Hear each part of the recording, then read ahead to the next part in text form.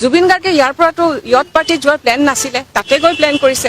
তাতেতো শ্যাম কানু মহন্ত সেইখিনি সময়ত 50 কিলোমিটাৰ দূৰৰ এখন মিটিঙত আছে। জুবিনক কোনেও জোৰ জবৰদস্তি একো কাম কৰাব নোৱাৰে। জুবিন এনেকুৱা এজন সত্তা আছিল যে যি তেওঁ নিজে ভাবিছিল সেইটো কৰিব। তেওঁ যদি যাবৰ মন নাছিল, তেওঁ যদি এই 13 বছৰ ধৰি নৰ্থ ইষ্ট ফেষ্টিভেলক তেওঁ কেনেকুৱা কটকটীয়াকৈ তেওঁ এটা আমাক ছাপোৰ্ট কৰিছিল, তেওঁ নিজেই উদ্যুক্ত বুলি ভাবিছিলে যদি কথাটো হয়। কিন্তু মই কেতিয়াও নাভাবোঁ জুবিনক কোনেও জোৰ জবৰদস্তি একো কাম কৰাব নোৱাৰে। জুবিনৰ ন্যায় কেতিয়া পাব? ন্যায়টো দিলোৱেই, আমাৰ কাৰণেইতো আজি কোৰ্টত কেছ গ'ল। যদি ন্যায় পাব লাগে আপোনালোকে ভগৱানক প্ৰাৰ্থনা কৰক যাতে গোচৰটো ভাল হয়, জাজে ভাল জাজমেণ্ট দিয়ে। জুবিনক ইমান বেয়া কিয় পায়? নমস্কাৰ বন্ধু বান্ধৱী, কি খবৰ আপোনালোকৰ? জুবিনদাৰ বাবে মই এটা নতুনকৈ আপডেট আপোনালোকৰ মাজত পোন আকৌ আনিলোঁ। তো আপোনালোকে সম্পূৰ্ণকৈ ভিডিঅ'ত চাই যাব জুবিনৰ ন্যায় কেতিয়া পাব, জুবিনদাৰ ন্যায় পাবলৈ কিমান দিন অপেক্ষা কৰিব লাগিব, বছৰ ধৰি অপেক্ষা কৰিব লাগিব নেকি, শ্যাম কানুৰ চাৰ্জশ্বিট আদালতত কি হ'ল, আপোনালোকে এই নিউজত সম্পূৰ্ণকৈ চালে গম পাবা যে শ্যাম কানু সিদ্ধাৰ্থক জুবিন দাক যে হত্যা কৰিছিল কেনেকৈ শাস্তি দিব। আপোনালোকে নিউজত সম্পূৰ্ণকৈ চালে আজিৰ ভিডিঅ'ত গম পাবা। আৰু আমাৰ অসমৰ CM হেমন্ত বিশ্ব শৰ্মা ডাঙৰীয়াই কি কথা ক'লে জুবিন দাৰ বাবে, ন্যায় দিবনে নাই, এই নিউজত আপোনালোকে ক্লিয়াৰ হ'ব যে জুবিন দাৰ ন্যায় কেতিয়া পাব। জোনমণি ৰাভাক আপোনালোকে চিনি পোৱাহে, এতিয়া জোনমণি ৰাভাৰ ন্যায় পোৱা নাই আৰু জুবিন দাৰো ন্যায় পোৱা নাই। যদি জোনমণি ৰাভাৰ ন্যায় পোৱা নাই, আমি জুবিন দাৰ ন্যায় পাম জানো? যদি জুবিন দাৰ ন্যায় নাপাওঁ, সামান্য মানুহে কিবা এটা দুৰ্ঘটনা হ'লে আমি ন্যায় পাম জানো?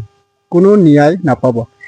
আমাৰ গৰিমা বৌ এটা কথা কৈছিল ফেচবুকৰ মাজেৰে যে জুবিন দাৰ ন্যায় নাপায়, তেতিয়াহ'লে ন্যায় বুলি কোৱা অৰ্থবোৰ এৰি দিয়ক। ঠিক আছে, ইমান ডাঙৰ শিল্পীয়ে যদি আজিলৈকে ন্যায় নাপায়, তেনেহ'লে কোনগৰাকী ব্যক্তিয়ে ন্যায় পাব? আপোনালোকে কমেণ্ট কৰি জনাই দিবচোন। আজি আমি জুবিন দাক ইমান মৰমৰে শ্ৰদ্ধাঞ্জলি জনোৱা বা আমি জুবিন দাৰ বাবে ন্যায় অপেক্ষা কৰা, ইমান ডাঙৰ শিল্পীয়ে যদি ন্যায় নাপায়, সকলো ধৰণৰ মানুহে খং উঠিব যে আমাৰ ইমান ফেন আছিলে জুবিন দাৰ, এতিয়ালৈকে শাস্তি দিব পৰা নাই হত্যাকাৰীক, জেলৰ ভিতৰত ৰাখি থৈ দিছে। জেলৰ ভিতৰত কি ৰাখি থৈ দিব লাগে? অলপ শাস্তি দিয়কচোন, ন্যায় দিয়কচোন জুবিন দাৰ বাবে। আমি ন্যায় নাপাওঁ কিয় বাৰু? এজন মানুহে মানুহক হত্যা কৰিব পাৰিছে, ন্যায় দিব নোৱাৰে নেকি? আপোনালোকে ভাবি চাওক। এতিয়া মই বেছি কথা নকওঁ, আপোনালোকে নিউজত চাই যাব আদালতত কি কথা ক'লে ন্যায়ৰ বাবে, আৰু আমাৰ ডক্টৰ হেমন্ত বিশ্ব শৰ্মা ডাঙৰীয়াই মামাই কি কথা ক'লে আপোনালোকে এই নিউজৰ মাজেৰে গম পাব। ঠিক আছে, পোনপ্ৰথমে মোৰ চেনেলত স্বাগতম জনালোঁ। যদি চেনেলত নতুনবাৰ আহিছে ছাবস্ক্ৰাইব কৰি ল'ব, আৰু কোনটো ডিষ্ট্ৰিক্টৰ পৰা আপোনালোকে মোৰ ভিডিঅ' চাই আছা অলপ কমেণ্ট কৰি জনাই দিব দেই। তো ভিডিঅ'টো চাই ল'ব, আৰু যদি জুবিন দাৰ ডাঙৰ ফেন হয় জুবিন দাৰ বাবে কমেণ্ট কৰা, আৰু জুবিন দাক অতি মৰম কৰে আপোনালোকে ছাবস্ক্ৰাইব কৰি ল'ব, আৰু জুবিন দাৰ বাবে ভিডিঅ'টো এটাকৈ সকলোৱে লাইক কৰি দিব দেই। ঠিক আছে, এতিয়া চাই লোৱা ভিডিঅ'। ন্যায়টো দিলোৱেই, আমাৰ কাৰণেইতো আজি কোৰ্টত কেছ গ'ল। যদি ন্যায় পাব লাগে আপোনালোকে ভগৱানক প্ৰাৰ্থনা কৰক যাতে গোচৰটো ভাল হয়, জাজে ভাল জাজমেণ্ট দিয়ে। জুবিনক ইমান বেয়া কিয় পায়? নহয়, জুবিন প্ৰেমী বোলা দুটা বস্তু আছে, এটা পলিটিকেল জুবিন প্ৰেমী আৰু এটা অৰিজিনেল জুবিন প্ৰেমী। চাওক, আপোনালোকে কিছুমান কথাত এটা ভুল কৰি প্ৰচাৰ কৰে।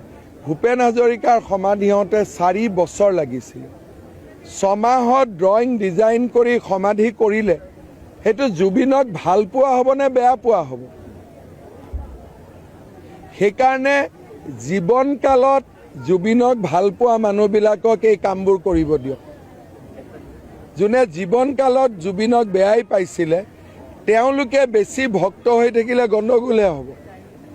সেইকাৰণে এটা শ্বহীদ বাকৰি বনাওঁতে কিমান দিন লাগিল? 5 বছৰ নালাগিলে? তাৰমানে আপোনালোকে 6 মাহতে যেনে তেনে কিবা এটা বনাই দিয়াটো বিচাৰে। জুবিনক ইমান বেয়া কিয় পায়?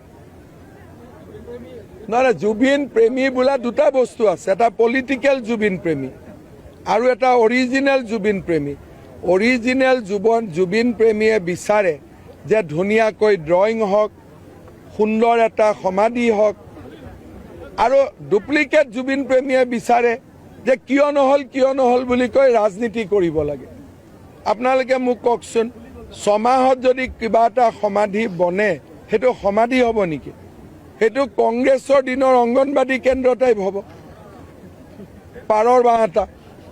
তেনেকৈ জুবিনক অপমান কৰিব কিয় বিচাৰে? মইতো আপোনালোকৰ মানসিকতাবিলাকেই বুজি নাপাওঁ যে জুবিনক ভাল পায় নে বেয়া পায়। আৰু এতিয়া অমৃত প্ৰভাৰ কি ক'ব খুজিছিল? তেতিয়া উকিলৰ কথাটো মই উত্তৰ দিব লাগিব। উকিলৰ কথাত উত্তৰ জাজে দিয়ে নে মন্ত্ৰীয়ে দিয়ে? আপোনাৰ আচল উদ্দেশ্যটো কওক, আপোনাৰ কি আপোনাৰ প্ৰশ্নটোৰ আচল পেটত থকা কথাটো কওক, মুখত থকাটো বাদ দিয়ক। ন্যায় পাব লাগে, ন্যায় এনেকৈ ন্যায় পায় নেকি? যদি ন্যায় পাব লাগে আপোনালোকে ভগৱানক প্ৰাৰ্থনা কৰক যাতে গোচৰটো ভাল হয়, জাজে ভাল জাজমেণ্ট দিয়ে। আৰু ভাল উকিল যদি আছে কোৰ্টত যাব লাগে। গতিকে আপোনালোকে জুবিনক ন্যায়ৰ লগত নাই, আপোনালোক আছে ৰাজনীতিৰ নামত, যে কেনেকৈ এইবিলাক প্ৰশ্ন কৰি কৰি কৰি জুবিনক বিতৰ্কিত কৰি ৰাখিব পাৰে।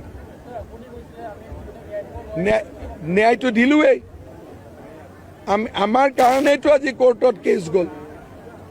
আজি আমি যদি নাথাকিলোহেঁতেন ছিংগাপুৰে ৰেহাই দিয়াৰ পিছতো কেছ চলি থাকে নেকি?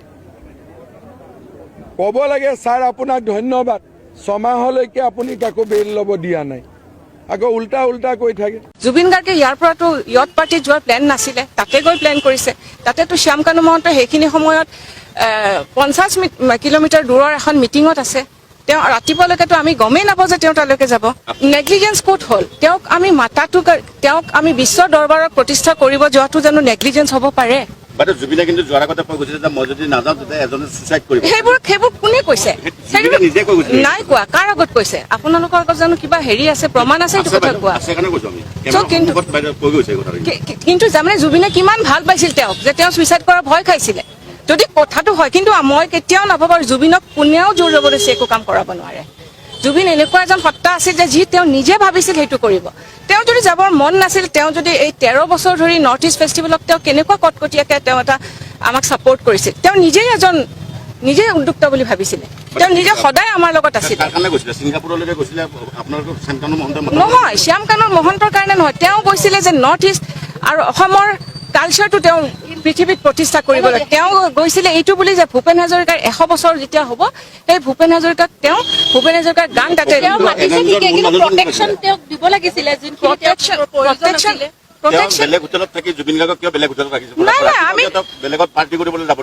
আমি জুবিন গাৰ্গক কেনেকে আপোনালোকে জোৰ জবৰদস্তি ধৰি ৰাখিব কওক? তেওঁক যাব দিয়া বা হেৰিটোতো আমিতো জুবিনক আমি য'ত জুবিনে পেন পেচিফিক মানে ছিংগাপুৰৰ চবতকৈ বেষ্ট হোটেলখনত ৰাখিছোঁ, য'ৰ 400 মিটাৰ দূৰত হস্পিটেল, ৰেফাৰেন্স হস্পিটেল পৃথিৱীৰ ভিতৰত চবতকৈ ডাঙৰ হস্পিটেলখন আছে। জুবিন গাৰ্গে ইয়াৰ পৰাতো য়ট পাৰ্টিত যোৱাৰ প্লেন নাছিলে, তাতে গৈ প্লেন কৰিছে। তাতেতো শ্যাম কানু মহন্ত সেইখিনি সময়ত 50 কিলোমিটাৰ দূৰৰ এখন মিটিঙত আছে। তেওঁ ৰাতিপুৱালৈকেতো আমি গমেই নাপাওঁ যে তেওঁ তালৈকে যাব। নেগলিজেঞ্চ ক'ত হ'ল? তেওঁক আমি মাতাটো, তেওঁক আমি বিশ্ব দৰবাৰত প্ৰতিষ্ঠা কৰিব যোৱাটো জানো নেগলিজেঞ্চ হ'ব পাৰে? জুবিনে কিন্তু যোৱাৰ আগতে কৈ গৈছিলে যে মই যদি নাযাওঁ তেতিয়া এজনে সুইচাইড কৰিব। সেইবোৰ কোনে কৈছে? নাই কোৱা। কাৰ আগত কৈছে? আপোনালোকৰ আগত জানো কিবা হেৰি আছে, প্ৰমাণ আছে এইটো কথা কোৱা? কিন্তু তাৰমানে জুবিনে কিমান ভাল পাইছিল তেওঁক, যে তেওঁ চুইচাইড কৰাৰ ভয় খাইছিলে যদি কথাটো হয়। কিন্তু মই কেতিয়াও নাভাবোঁ জুবিনক কোনেও জোৰ জবৰদস্তি একো কাম কৰাব নোৱাৰে। জুবিন এনেকুৱা এজন সত্তা আছিল যে যি তেওঁ নিজে ভাবিছিল সেইটো কৰিব। তেওঁ যদি যাবৰ মন নাছিল, তেওঁ যদি এই 13 বছৰ ধৰি নৰ্থ ইষ্ট ফেষ্টিভেলক তেওঁ কেনেকুৱা কটকটীয়াকৈ তেওঁ এটা আমাক ছাপোৰ্ট কৰিছিল, তেওঁ নিজে উদ্যুক্ত বুলি ভাবিছিলে। তেওঁ নিজে সদায় আমাৰ লগত আছিল। নহয়, শ্যাম কানু মহন্তৰ কাৰণে নহয়, তেওঁ কৈছিলে যে নৰ্থ ইষ্ট আৰু অসমৰ কালচাৰটো তেওঁ পৃথিৱীত প্ৰতিষ্ঠা কৰিবলৈ। তেওঁ গৈছিলে এইটো বুলি যে ভূপেন হাজৰিকাৰ 100 বছৰ যেতিয়া হ'ব, সেই ভূপেন হাজৰিকাৰ গান তাতে নাই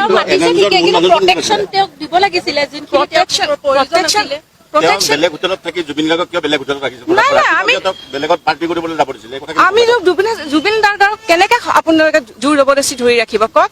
তেওঁক যাব দিয়া বা হেৰিটোতো আমিতো জুবিনক আমি য'ত জুবিনে পেন পেচিফিক মানে ছিংগাপুৰৰ চবতকৈ বেষ্ট হোটেলখনত ৰাখিছোঁ, য'ৰ 400 মিটাৰ দূৰত হস্পিটেল, ৰেফাৰেন্স হস্পিটেল পৃথিৱীৰ ভিতৰত চবতকৈ ডাঙৰ হস্পিটেলখন আছে।